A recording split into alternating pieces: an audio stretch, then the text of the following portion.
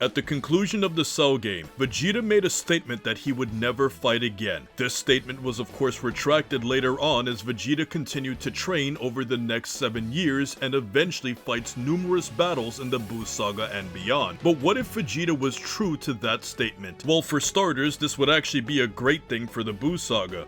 Gohan would of course grow older, become the Great Saiyan Man, befriend Videl, and eventually be blackmailed into fighting in the upcoming tournament. During this process, he would still train Goten the same way he did before, and be shocked to see Goten as a Super Saiyan. In addition, Gohan would still teach Videl how to fly, and the same basic events wouldn't change much. The major difference is that when he meets Bulma later on, Vegeta would have no interest in fighting when Goku said he was coming back for a day. But Trunks is the next major change. If Vegeta doesn't train or fight anymore, then Trunks would be weaker as he benefited from training with Vegeta. Goten and Trunks were originally around equal in terms of strength and speed, with all of the advantages that Trunks had training with Vegeta instead of Chi-Chi and using the gravity room. So Goten would emerge as the stronger character in this scenario. But if we assume Goten and Trunks would still be close friends and would occasionally spar, Trunks would still be abnormally strong and would still be a Super Saiyan, just not as strong as Goten. So Goten and Trunks would still compete in the junior division, and Goten would defeat him head to head. Now for a minor difference, Vegeta not participating means a jobber character with normal human abilities would replace Vegeta in the tryouts since it was Vegeta who destroyed the punch machine. The Supreme Kai and Kibito would still participate in the adult tournament to lure out Spopovich and Yamu, and Vegeta not being around makes no real difference as far as Gohan getting his energy absorbed. So after Gohan eventually gets attacked, everyone would fly away to track down Spopovich and Yamu. Krillin and Piccolo would still get spat on by Deborah and eventually turn to stone. Kibito would still get killed throughout this process, which leaves us with a major difference. The Supreme Kai would be an actual important fighter in this scenario with Vegeta being out of commission. And with Goku and Gohan in the Supreme Kai, things would change dramatically, because theoretically, we can make several different what-if videos based on different rock, paper, scissors results, which is far more complex in its own right. But to simplify everything and to not make 8 videos out of one small scene, let's just substitute the Supreme Kai with Vegeta and what Vegeta would have done instead. That means that he would be the first one to fight and would go up against Pui Pui.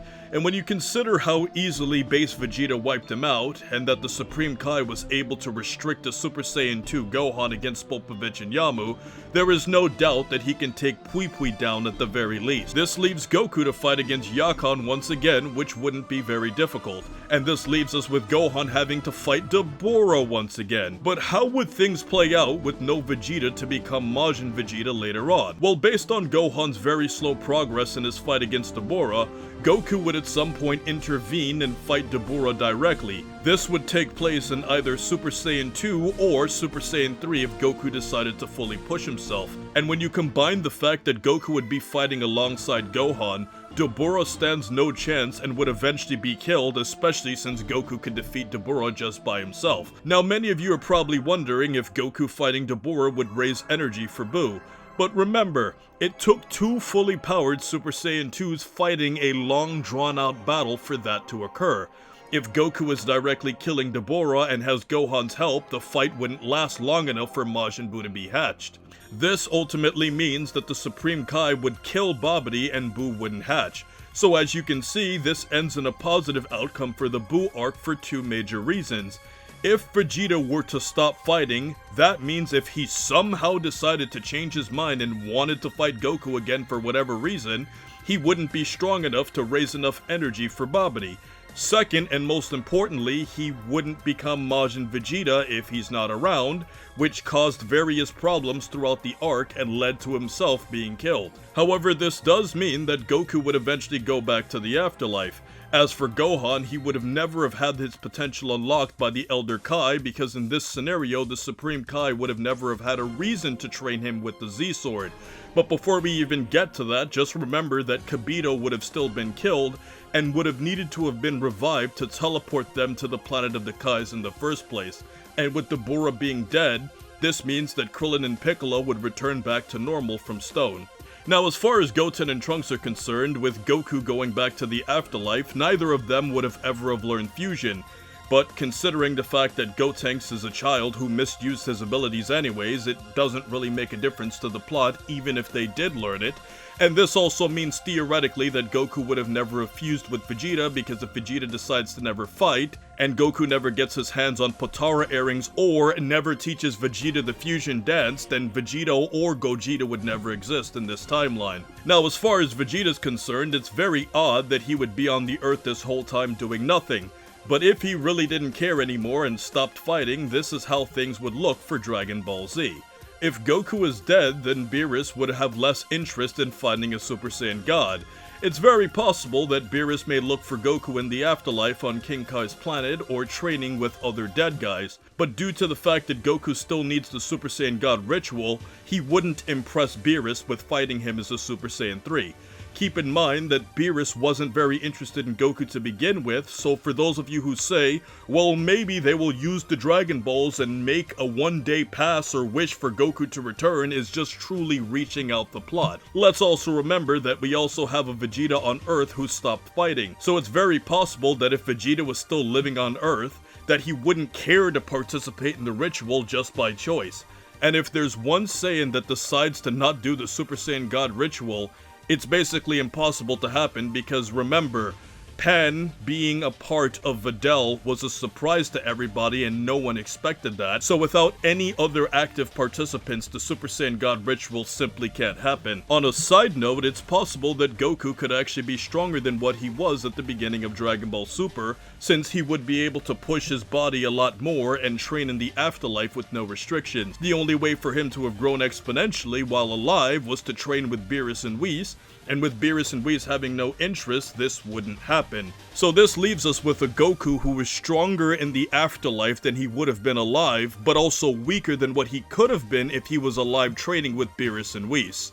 As confusing as it is to say it like that. Now, as far as the Earth is concerned, Buu would have never have hatched. This means that he would have never have angered Beerus enough to destroy Earth. And when you consider the fact that Beerus was getting along very well with everyone before Buu angered him, Buu and Vegeta being absent makes a positive difference. But this also assumes that Beerus even goes to Earth in the first place, because in all likelihood he would probably just go back to his own planet, as Beerus wasn't really motivated in destroying Earth for no reason. Now, because a wish would have never have been made to ask Shenron about a Super Saiyan God, it's possible that the Dragon Balls would have been secured so that Frieza's henchmen would never have had a chance to get them. In contrast, if Bulma or someone else won the Dragon Balls and made a selfish wish at her birthday party, there's always the risk that they can be stolen in the future. This leaves us with a tossing a coin scenario. If the balls are stolen, then our characters are doomed. Goku is dead, and we must assume Gohan barely trains, and Vegeta doesn't train or fight anymore. Now, you can also make the argument that Frieza himself wouldn't train as hard, because Goku nor Gohan would have ever have had the reputation of killing Buu. But Frieza would clearly know that he would still be a lot weaker than where our heroes are up until Dragon Ball Super, so he would still train to some extent and get a lot stronger than what he was before he actually died. So if he gets any boost near what he had in Resurrection F, this is a problem because Frieza coming to Earth caught everybody off guard. But if the balls aren't found, then everything is good. Now, the Universe 6 tournament and the Tournament of Power obviously can't happen, since all the events in place for that arc to happen are simply out of place. However, this does leave the risk for a random Zeno erasure if he ever decides to just erase all of the universes for no reason. And with the dead Goku, the time loop in which alternate Zamasus exist can't also ever happen, because Zamasu needs to meet Goku in order to trigger all of the events of that arc as well. But a potential problem comes with Moro.